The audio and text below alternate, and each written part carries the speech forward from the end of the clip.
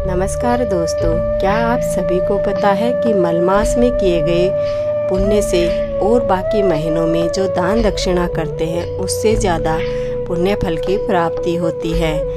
और मलमास के जो इष्ट देव हैं वो अपनी सभी शक्तियां इसी महीने में समर्पित कर दी थी। जब मलमास को मलमास के नाम से बुलाया जाता था तब वो अत्यधिक रुष्ट हो गए थे।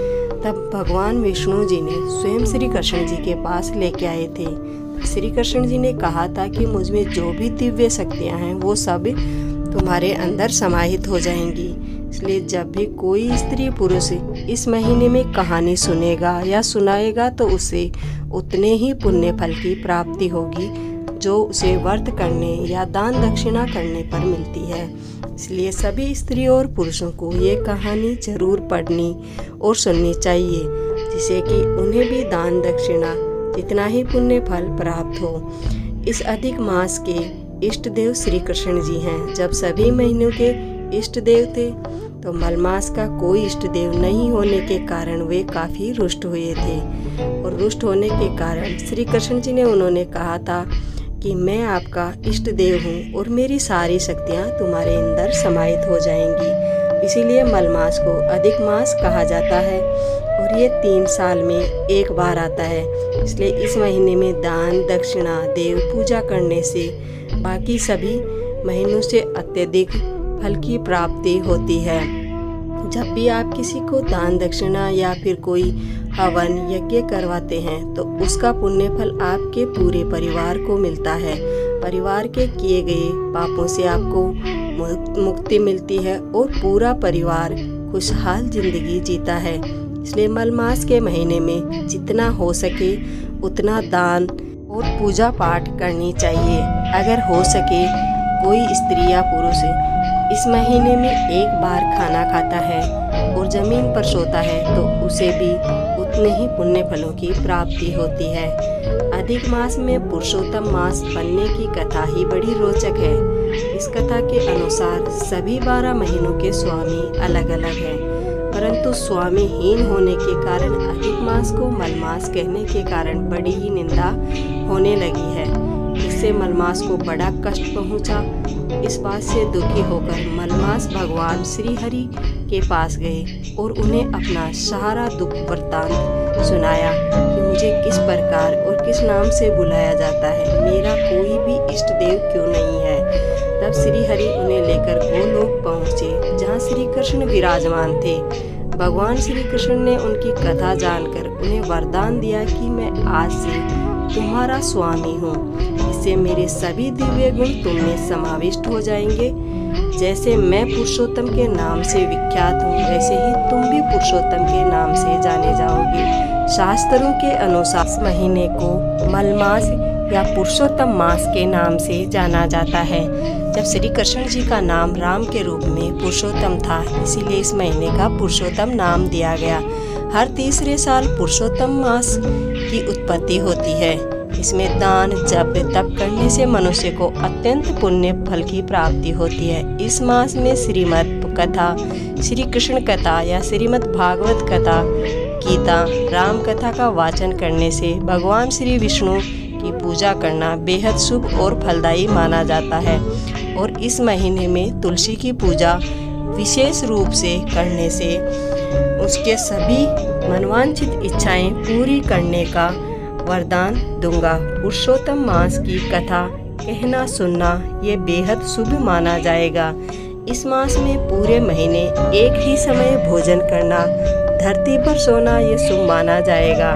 पुरुषोत्तम मास में सभी मांगलिक कार्य और पारिवारिक कार्य वर्जित माने जाएंगे। हमारे शास्त्रों में भी बताया गया है कि इस महादान का पुण्य फल प्राप्त होता है।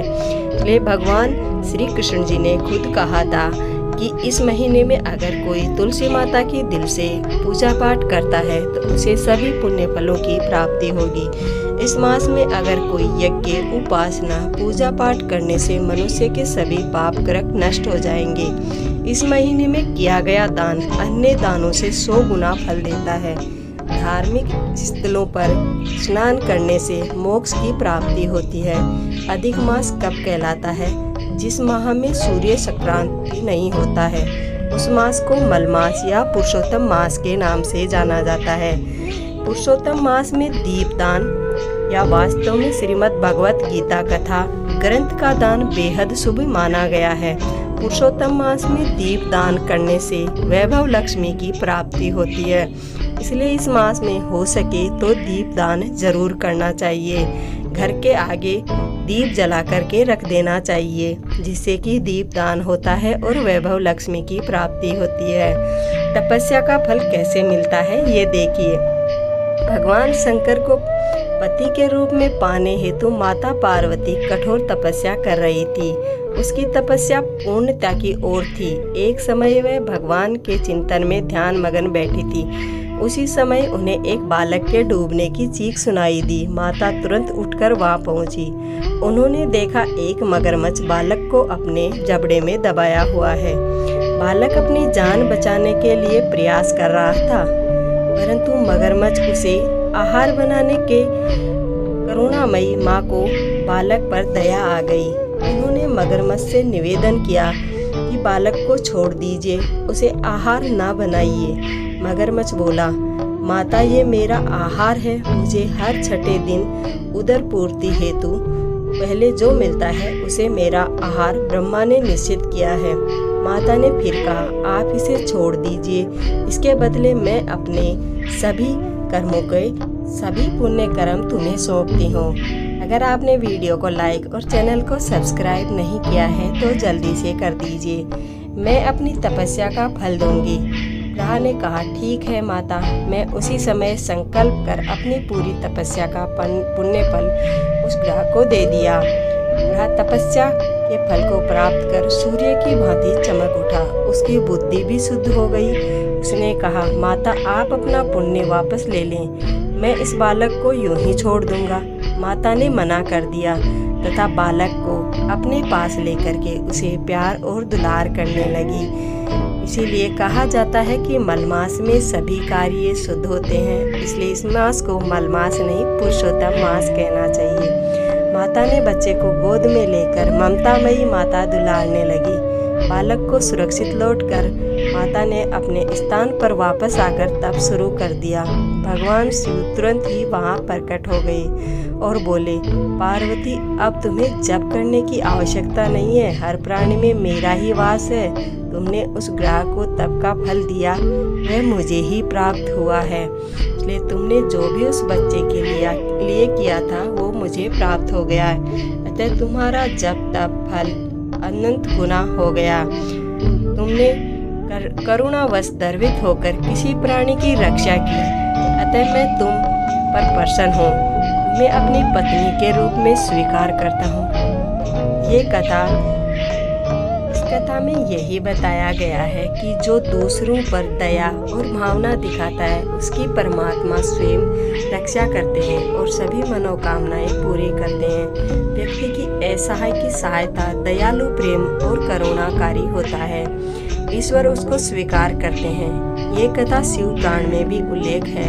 इसलिए अधिक मास की हो सके तो सभी को स्त्री और पुरुषों को ये कहानी जरूर पढ़नी चाहिए और अधिक मास का व्रत या उपवास जरूर करना चाहिए। अधिक मास 18 जुलाई से शुरू हो रहा है, इसलिए इस पुरुषोत्तम मास में अत्यधिक से अधिक दान दक्षिणा और दीप दान जरूर करना चाहिए। अगर कोई स्त्री ऐसा करती है तो अपने पति के घर में लक्ष्मी को विराजमान करती है और उसके सभी कर्मों का पुण्य फल उसे देती है। इसलिए सभी स्त्रियों को और पुरुषों को इस महीने में हो सके उतना दान दक्षिणा करनी चाहिए और गौ माता की रक्षा भी करनी चाहिए। अगर कोई पुरुष ऐसा करता है तो उसे भोलेनाथ स्वयं आशीर्वाद देते हैं और भगवान श्री कृष्ण भी उन्हें अपना आशीर्वाद जरूर प्रदान करते हैं।